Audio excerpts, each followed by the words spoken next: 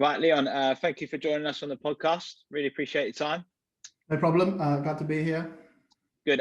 So just for the listeners, anyone listening, if you just sort of say what your role is at Oxford, and just sort of tell us what that involves.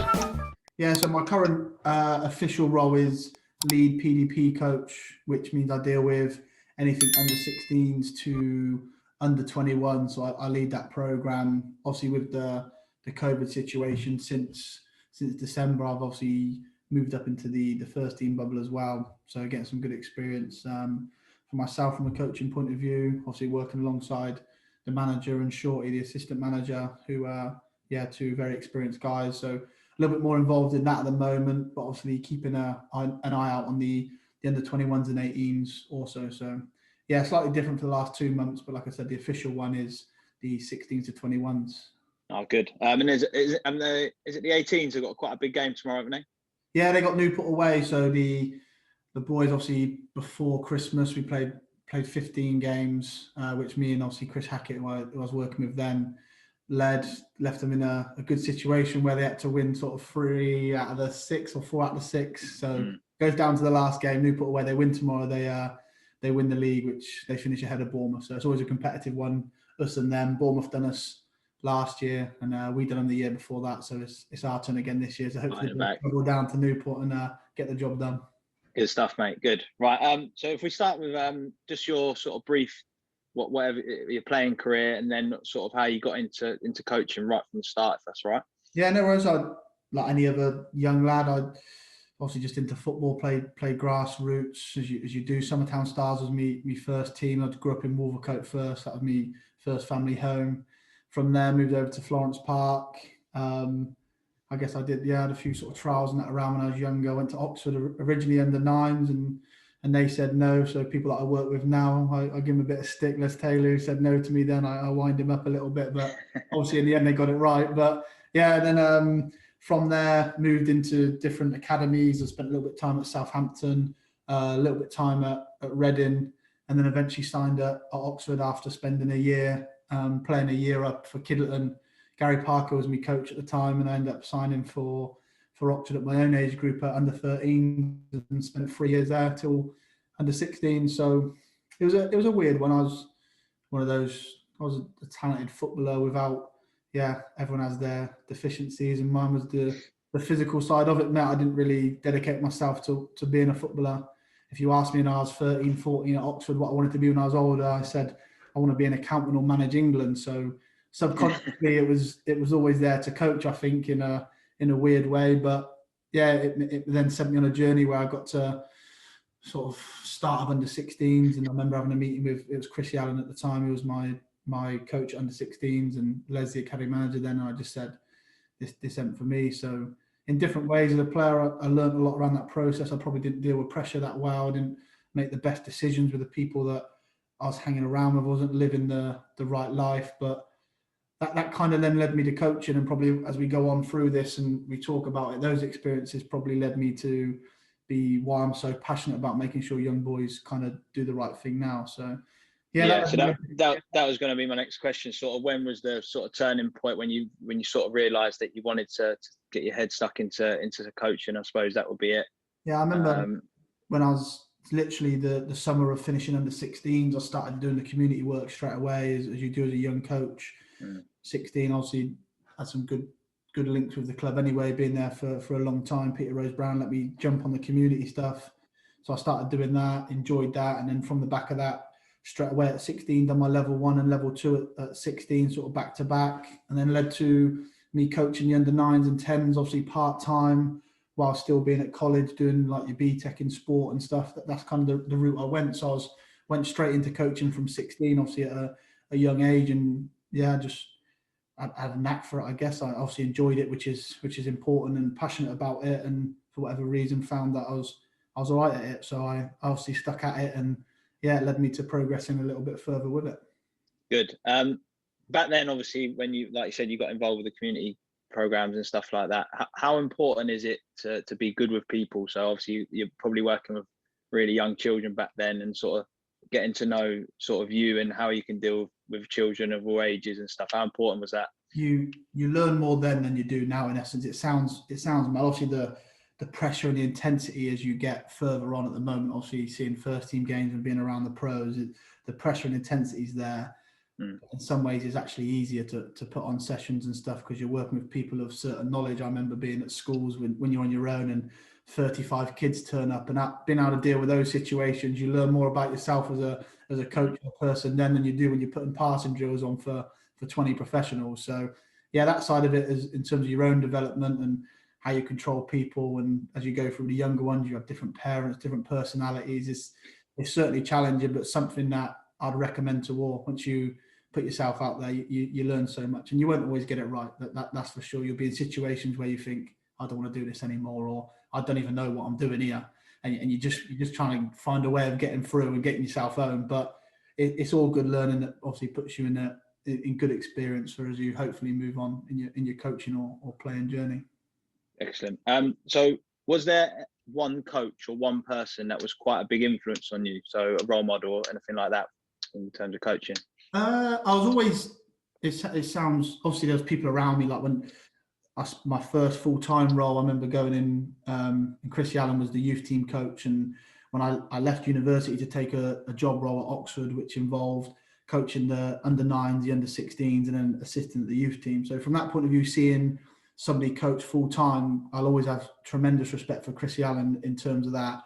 But then I was just it sounds crazy, I was just so ambitious. I always just looked at the top ones. Obviously, when I was younger, like Mourinho just first burst onto the scene and Pep takes over at Barcelona. I was always looking at those guys, just trying to think, like, just imagine one day, obviously, being at that level. I just thought, if I can take anything from the top guys, it's going to help me. But from someone close to me, Chrissy was always the first one, because obviously that's the first experience I had of somebody within the full-time game. So just learning about structures and stuff like that was the main side of it, which I hadn't experienced before. So Chrissy from a close personal level, then the top guys that I just obviously buzzed off just seeing them around, and especially Jose, not really like myself in terms of having that playing background. It kind of inspired me to say, yeah, there is opportunity for hopefully one day to go on a journey somewhere, anywhere near that. So yeah, perfect. No, I'm similar. So whenever I see sort of a good coach or something that I like, I think it's important that sort of you take what they're using and try and use it with your own set of players. And some things might fit, some things you might look at and think, that ain't going to work with my players. Yeah, sure. But I suppose that's the most important thing, isn't it? Just sort of taking bits from other people and learning as much as you possibly can along your journey. Yeah. Good. Right. So we're going to talk a little bit about performance and mindset, if that's all right. Yeah, of course. So what is a sort of high performance mindset to you? I just said, so obviously when you sent through, which I appreciate the sort of questions, I like to just take notes and stuff. And there's three things that kind of stuck out to me from that question. Allowing growth is important in terms of that mindset, somebody that's not so fixed in what they are. So in terms of, I know you hear the 1% and stuff, but when you get to a top end, an elite end of football, the small margins can be the ones that are the most important. And you've got to look at all aspects of that, not just solely on the pitch, how you look after yourself from recovery, from a nutrition point of view, that anything you can do, your analysis in terms of the detail you'll go into around looking at your own game, looking at oppositions, those small margins for me on the mindset side is so important. And then along that, having high standards, because it's obviously you can educate yourself and look at it where you look at your analysis and stuff, but if you don't take the high standards around that, then you're not setting yourself up to do well. So having the high standards around the 1% stuff. And then the last bit around that mindset is the discipline in terms of your decision making. And like I said to you at the beginning of this, it wasn't something that from my own experiences, I had that. That's something that I had to grow with it. And I personally think that's in your DNA as a person. I think that's very hard to coach and put onto people. I say to coaches and people that I see, you either grow out of it or you get shocked out of it if you don't have it initially as a young person. So that mindset, if you're not 14, 15, 16, 17, and you're so hungry and desperate to be the best, unless something life-changing happens in your life and you get shocked out of it, I can't see you changing. Or from my own experience, I got to a point where I was then 24, 25, 26, 27, those years where I grew out of being, in essence, immature around my own discipline to then obviously see life differently and football differently. So from my own experiences, that's the three kind of points that that question stands out to me, mate. Yeah, great. Totally agree, especially with the last one. That's a big one for me. So if we were to split as a percentage, talent and mindset, okay, what would be your split? I say 50-50 if I'm being honest when I look at it. Again, there was a good quote that came out from a Liverpool academy manager, and he said talent gets you to 16, 18 if you're lucky, and then character and mindset gets you to 35. So if you look at that from a landscape point of view of your career, that's about 50-50. And I'm a big believer of that. If you look at football as an industry, you have to be talented to be elite at it. Then you have to have that high performing mindset to go along with that talent. I can have highest performing mindset in playing the guitar, but if I've got no talent initially to play the guitar, as much as I work at it, it's never going to happen. So I think you can split it right down the middle and say 50-50 for me, and obviously they're the kind of reasons why. 100% on that mindset bit. So with the players at Oxford, you work with a lot of players, and it's a lot about development when they're younger, and then they sort of hit a point where it becomes about winning, and they need to be able to learn to get results. At what stage do you think it's almost imperative that they need to have that winning mindset? I think obviously my initial phase of taking under 16s through to the youth team, and you go into a league structure, a league format. I think then it should be made attention to the players. It shouldn't be the sole focus, but understanding that your next step, like you'll know from going from youth football, there's no in between now. You go from youth football into men's football, and everything's about winning. That's your job. That's your livelihood. That's how you earn your money in terms of making sure you get 3 points. So if at 16 through to 18, you don't have some emphasis on that, you are selling the boys or the lads short in terms of that next step for them. So as they come into from under 16s where they're part-time and they hit the full-time environment, I think that's something that has to be done. So yeah. Yeah, definitely. Totally agree. Good. So whenever you bring a new player into the club, or you recruit a new player, it might be sort of a younger player. Yeah. How important is it to have someone that has a really good mindset, a good person that wants to learn, wants to get better, wants to improve, over just seeing them and sort of, oh, he's a good player, he's going to be great for us. And then he sort of comes in and you've sort of realised that he hasn't got all those values, those behaviours that are going to sort of get him through to potentially the first team. How important is it to sort of do your homework a little bit and find out a bit about the person? Yeah, us as an academy, we're big on it, to be fair. I mean, the COVID situation for recruitment this summer has probably been the most challenging, where obviously meeting new players where we haven't had them from years and years through the academy, when you recruit externally lads from Fulham, wherever they come from. So we've had to go more of a Zoom route where we still want to get people on Zoom asking questions and that. But us as a club, we have our 5 values that we go through, and players have got to hit that criteria. I mean, if they don't, then we'll turn good players away if they don't suit us. And that's for the benefit of us as a club, but also for them as players, because you know that certain clubs need or want certain personalities, and we're no different from that. Our personality type that we want at Oxford might be completely different to the personality types that they want at AFC Wimbledon, for example. And for the players to go and progress from our youth team into our first team, they have to hit those personality types. So yeah, we'll go as much character reference as we can. Obviously, we'll pick up the phone in terms of networking and find out what we can. We'll also spend time speaking to players. And that's not just one. That's not just from Leon, you lead the PDP, you go and find out what he's like. That's from a head of analysis, go and see what he's like when you sit down with him and do huddle. From an education point of view, when you sit down with him, we have Matt Jarvis, who leads up our education. Is he good at education? Does he want to educate himself? So yeah, we go around the sort of different areas to make sure they are the right people. Yeah, brilliant. I'm going to put you on the spot a little bit. Hopefully you remember them, but I guess the academy and stuff has values. Do you know what they are, and sort of does it sort of align with that as well? I can tell the truth or lie. They're in the window in front of me, so I can say yeah, but I do it.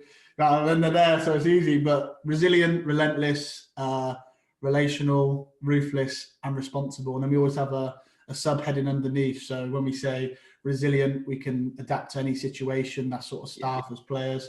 Relational, we're saying integrity underpins everything that we do in terms of being good people. relentless, and our little subheading is no club or person outworks us in the country. And you go on, ruthless is the standard side of it, where excellence is the only standard we judge ourselves off. So it's quite a good little way that it makes it simple but clear from what we want from staff and players. So obviously that comes from the academy manager, and that's kind of how we work. We work from that. Yeah. Does that run through to the first team? Is that something that sort of gets spoken about in the first team? Not from that point of view. That's our academy value. So obviously with the EPPP and stuff, certain things have to be done. For that, which brings out some good work. But obviously making the jump from currently with the 21s and 18s, and now obviously spent the last 2.5-3 months with the first team.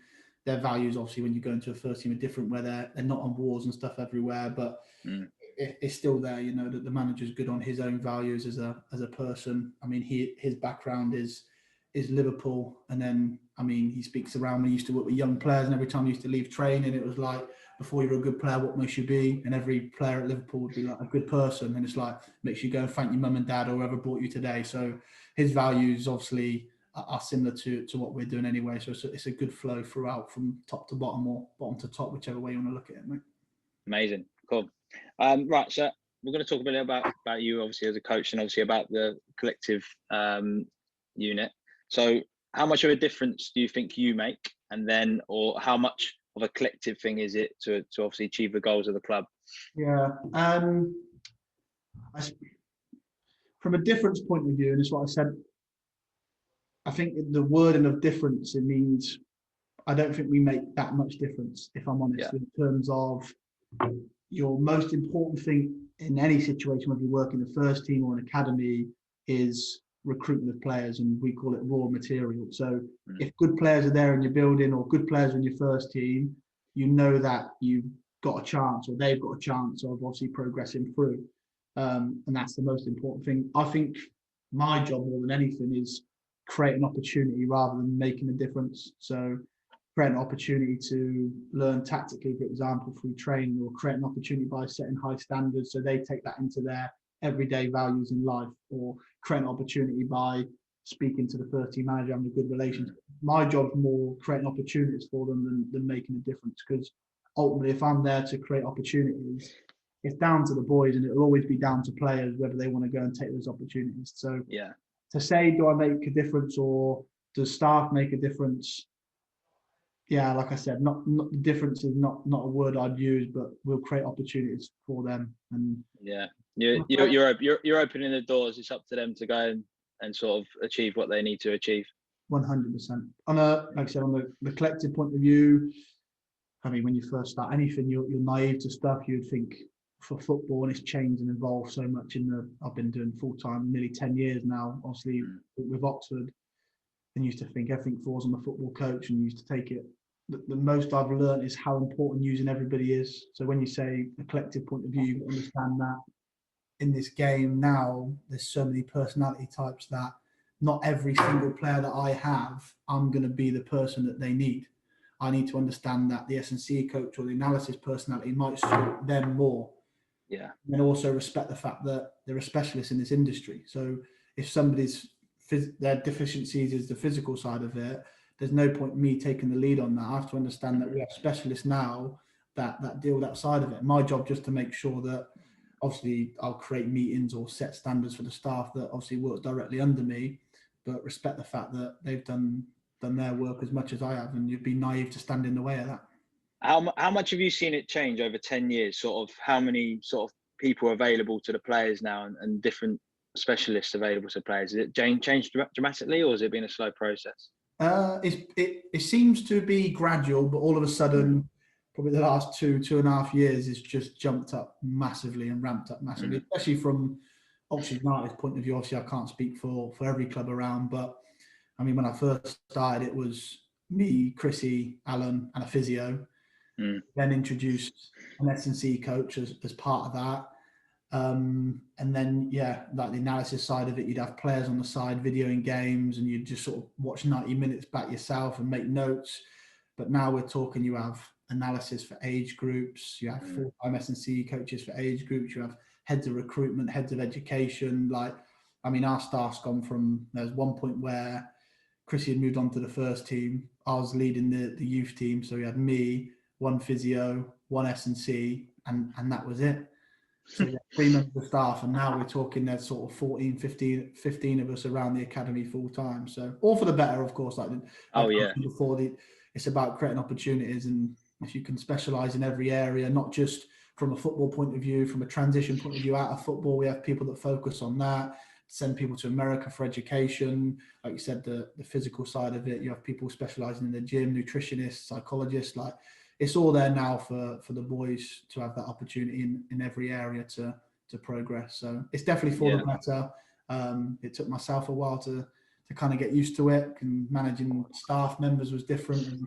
And we've been quite independent and took everything on myself. So giving stuff back out at first was not easy. It was not easy, but something I've learned, and you have to learn. And you see the top end now and how many people they have, it doubles and triples the amount we've got. So to say you want to be in control and do everything, but you literally can't anymore. So yeah, the growth is there, and it's been for the better, as I said.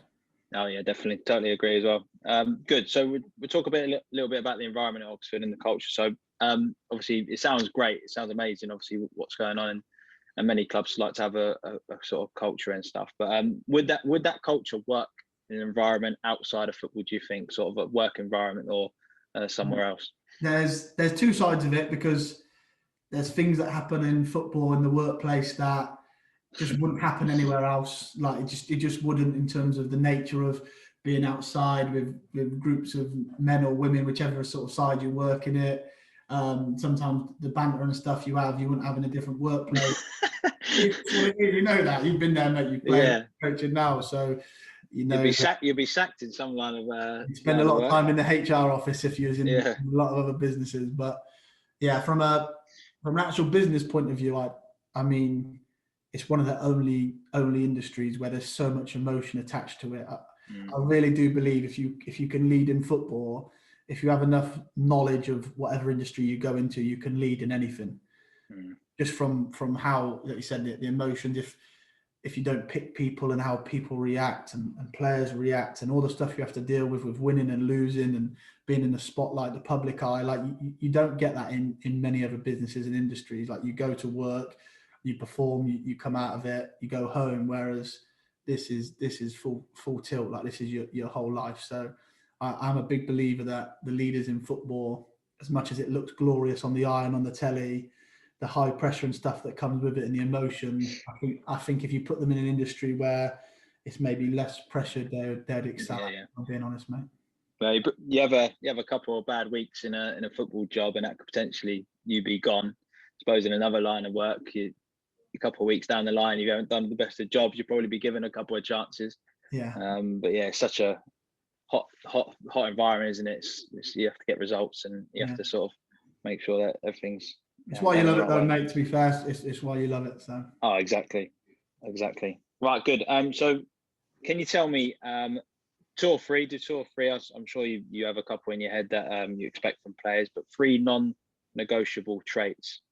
Yeah, the one that I've always been big on since being here is leaving a legacy, and what I mean by that is just being better than the ones you were before. And I told myself, obviously, when I started, if I can make it better every single year, then hopefully that means the standard of player improves, the standard of coaching myself improves. But leaving that legacy for the next one is a non-negotiable. And every time I have like a pre-season meeting, that'll be the first thing that I say to these boys and the staff that obviously I'm sort of in charge of. Just leave a legacy for the next one. So if you're the right back, be the best right back this club has ever had, or the youth team has ever had. If you're the current S&C coach, be the best one, take it further than it's ever been before, so the next one picks up from a better place. So knowing from a long period of time and longevity, you'd hope that over 6, 7, 8, and now it's like 9 going on to 10 years, that you put everything that you work for in a better place. So yeah, leaving that legacy is obviously the first one that I kind of stand for and push on to the boys and staff.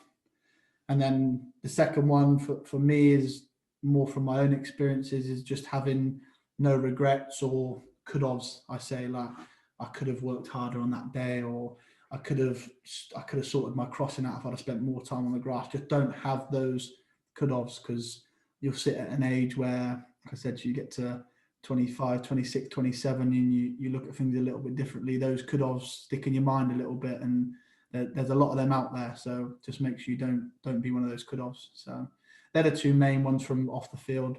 On the field, I'd just drive, intensity, and standards. Yeah, that's the big thing in terms of the work rate and how much you put into it. It sounds very generic, but yeah, how you go about it. Obviously, you have to see more on a day-to-day basis on sort of how you control players or how you interact within sessions. But the two away from football, like I said, the legacy and make sure you've got no regrets, mate. They're the two. No, I like that. Yeah, normally when I ask this question, they sort of just look at sort of little bit key behaviours. But I like yours. You sort of broaden your horizons and sort of look past that, and that's like, I'm going to take that away. Definitely, well done. So we'll go last bit, okay, and then I'll go do a couple of little quick fire questions we are just at the end. Yeah, no. So one bit of advice for a player. So a player that's obviously wanted to try and push themselves as far as they possibly can and fulfill their potential, and then also a coach wanting to sort of carve themselves away in the game. Yeah, whenever you have good and bad moments and days, it always reverts back to the same thing, and it's love the game. It sounds so, like cliche and stuff, mate, but just have that love for the game, whether you're a player trying to be the best player and play at the top. If you love it, you'll put everything you can into it. From a coaching point of view, I love every aspect of it. And that's the difficult moments as well, because what I say is our worst days are some people's best days. I'll go out and train and have a terrible training session, but I've been outside on the grass for 2.5 hours kicking a football around, and that's my worst day. And so that's how I say it. So no matter if you're a player, a coach, love the game, and always remember that your worst days are some people's best days. So with the love of the game, it has to come with sacrifice and discipline. Like I say to you, all those other generic terms you'll hear, but just have a rationale behind all that. And for me, it's just absolute loving the game, whether I'm watching kids or conference or on telly, Champions League. I'm just there, just love every moment of it, and take it all. Yeah, I'm the same, mate. Just obsessed. Basically, I'd watch any game on the TV at any time. I'd go out and watch. Love obviously playing, and that's exactly how you got to be if you want to time in the game. Because there's also obviously lots of limited opportunities in football, as everyone wants to be involved in football. So that's what's got to set you apart. Good. And then a player. I'd say the same. That's what I said to you just then, just as a player, because I mean, I've been lucky enough to work with some fantastic players and some less fantastic players, but they all go through the same emotions and the same difficulties and challenges.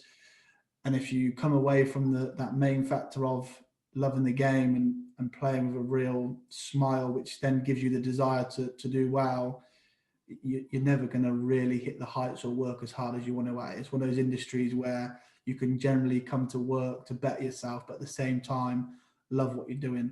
I'm not being funny. If you're a left winger and you've got a practice coming inside to finish on your right foot, like if you don't love doing that, for example, then you're never going to bet yourself at it. If you're a defender, have you come across players that sort of, even at the top level, that come into training and work and they don't see it and they don't enjoy it? There's always a few, like you say, everyone's personality is different there.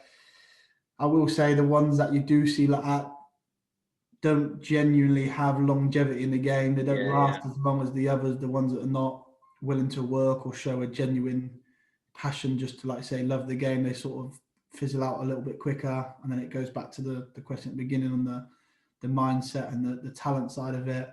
But yeah, you'll see players and young boys like that, and through different faults of the game, opportunities are limited or decisions go against them.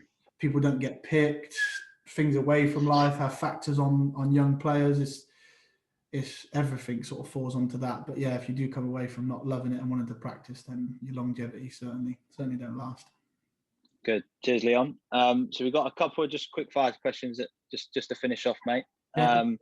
So cup final win or league champions? League champions. All day long. Good. Messi or Ronaldo? Oh, I'm Ronaldo. I am Ronaldo. Good. And what I want you to do is you got any player to pick in any generation, any team, anywhere, your best five-a-side team. Oh, yes. Peter Schmeichel in goal. Yeah, Schmeichel. I'm just old enough to remember that era. So I think five-a-side when I need a big goalkeeper charging out on strikers, I think he'll... spreading himself. You don't get scored past that at a five-a-side goal. I'll have Terry and Ramos, my two defenders, in a 2-2-1. You need someone in the 5-0 for a defender that can score. And you also need someone, and you imagine Terry turns up every day because in a 5-0, not everyone wants to defend. You need, you need Terry to be that one that makes people track runners and do their job properly as well as doing his job. So I'd have Terry, the two in midfield in a 5-0. Come on. I'm going to go... Oh, wow, this is tough. Can't go all out attack. I've got to have some balance. I've got Zidane and Gerrard in my mind. Zidane is a 5-0 player, mate. He's got to be in there. I know, it'd be incredible. I'm going to go Zidane in the middle. I've changed my shape. One in the middle. Ronaldo and Messi are two up top. So I've gone for a dice 5-0, mate. So it's not a bad team, I don't think. I remember you not being too bad at 5-0, to be fair. Nah, it was me, wasn't it? 4 pitches, technical. That was me. So yeah, I wouldn't put myself in there though. That's for sure with them boys. Good, mate. Thanks for joining us. Really appreciate your time. Not a problem, mate. It was a pleasure. And good luck for the rest of the season. Good luck tomorrow. Thank you very much. And I'll speak to you soon. Top man. Cheers, Leon. Take care, mate. Take care. Bye-bye.